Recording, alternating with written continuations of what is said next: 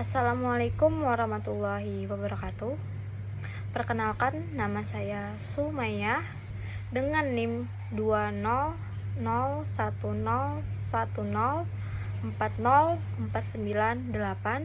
jurusan Pendidikan Matematika UIN Antasari Banjarmasin, lokal B 2020.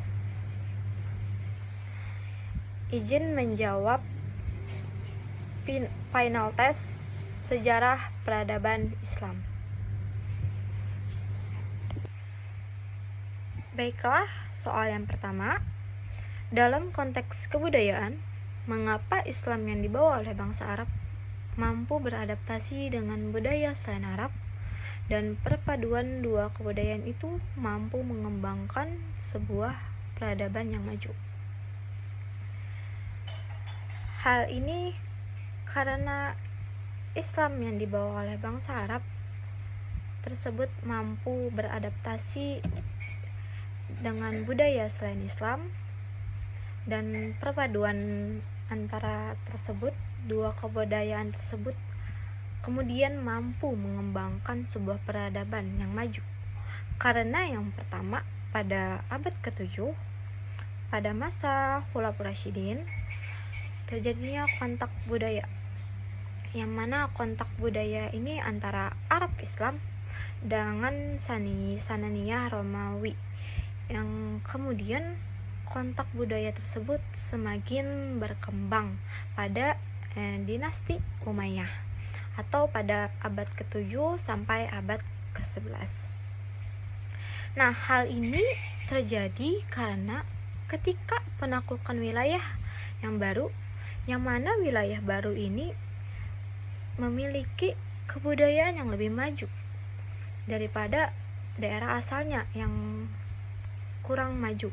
Nah, wilayah ini juga memiliki wilayah yang lebih luas serta juga memiliki orangnya lebih banyak pada wilayah tersebut. Kemudian terjadilah akulturasi, yang mana akulturasi kebudayaan ini yang mengakibatkan bercampurnya kebudayaan asal dengan kebudayaan setempat, sehingga menjadikan peradaban Islam yang mampu mencapai masa keemasan dan mampu mengembangkan sebuah peradaban yang maju dengan terjadinya kontak budaya tersebut. Nah, hal itulah kenapa dua perpaduan ini mampu mengembangkan sebuah peradaban yang maju. Selanjutnya, soal yang kedua, jelaskan mengapa pasca abad ke-11 peradaban Islam cenderung merosot. Seperti yang kita tahu, agar peradaban perkembangan Islam semakin makmur, hal itu dikarenakannya urusan intelektual yang tidak dicampuri dengan urusan negara. Nah, tetapi pada masa ini, karena adanya pengganti dari dinasti Abbasiyah, yaitu Turki Seljuk, memulai persekutuan mencampuri urusan intelektual, atau yang bisa kita katakan persekutuan ilmuwan dan negara. Nah, karena hal itu terjadi antara persekutuan antara ilmuwan dan negara, membuat kemerosotan peradaban Islam. Nah, ada juga faktor lainnya, yaitu kelas militer dan juga sultan. Nah, faktor ini karena adanya kelas militer dan juga sultan mulai mencampuri urusan dengan urusan ekonomi. Akhirnya para pedagang swasta yang mendanai para intelektual ini menjadi lemah. Nah, para intelektual ini kehilangan dana dan donaturnya.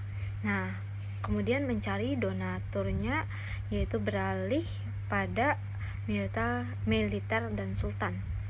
Nah, yang mana sultan ini terafiliasi dengan negara secara tidak langsung, negara yang punya kontrol kuat pada intelektual ini.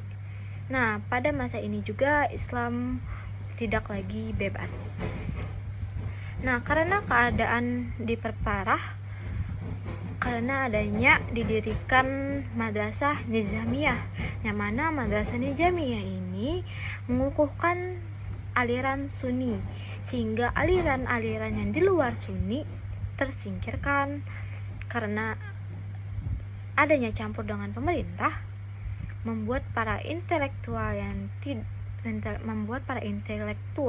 tidak bebas mengembangkan kegiatan akademis.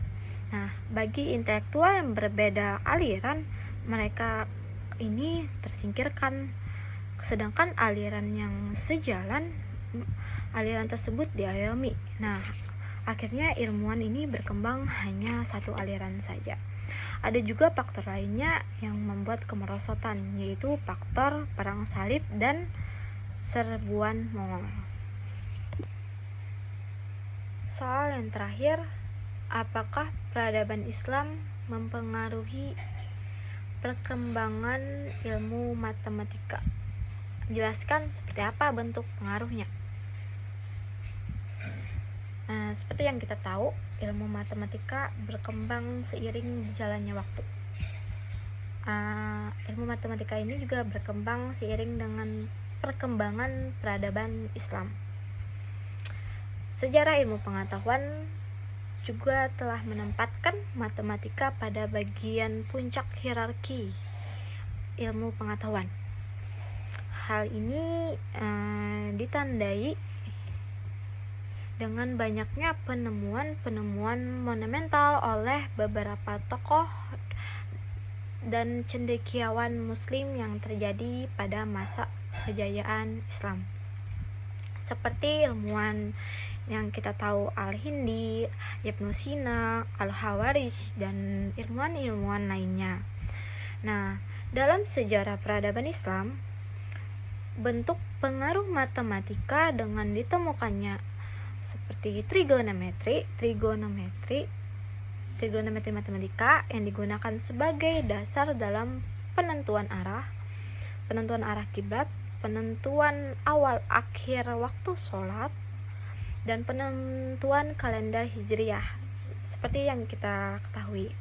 Nah, selain itu juga matematika ini menjadi dasar filosofi untuk mengembangkan cabang ilmu pengetahuan lainnya.